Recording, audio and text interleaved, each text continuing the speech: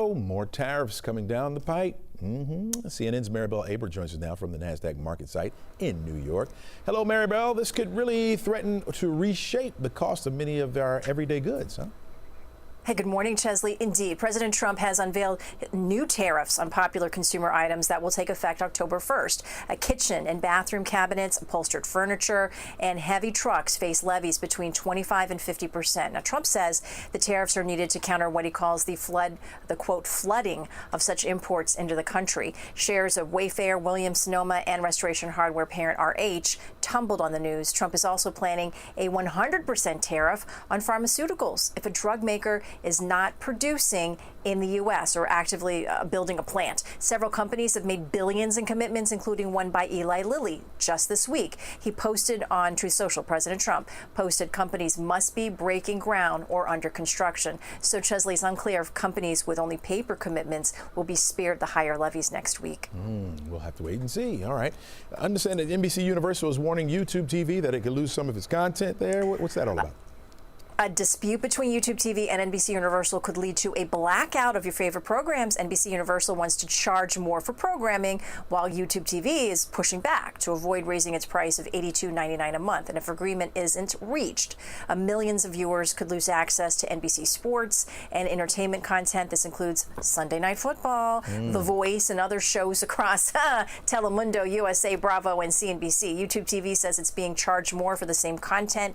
NBC offers customers for less on Peacock. NBC Universal is now running messages on YouTube warning of the possible blackout. The deal deadline is October 1st.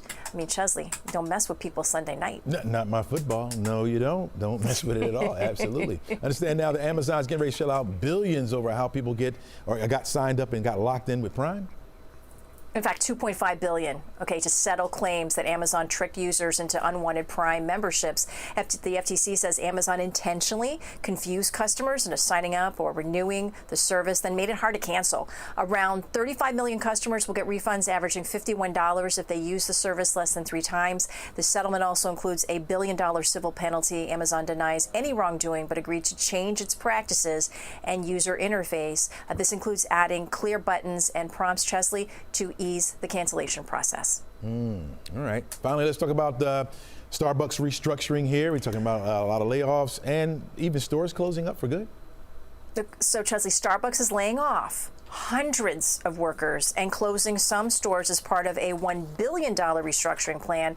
Around 900 employees will be let go today, and several hundred open positions won't be filled. This is according to the company. Now, it wasn't clear how many cafes would close or their locations per se, but overall, the company shut about 1% of its stores in North America this year. CEO Brian Nichols says the cuts are key to the company's turnaround strategy. This is the second round of layoffs since he took over. Around 1,100 roles were cut earlier this year. Starbucks shares dipped 1% on the news Thursday, down 8% overall this year. Chesley, Starbucks built its brand as that third place, between work and home. So the challenge now is, can it cut jobs and still keep that experience and speed of getting drinks out the door happening?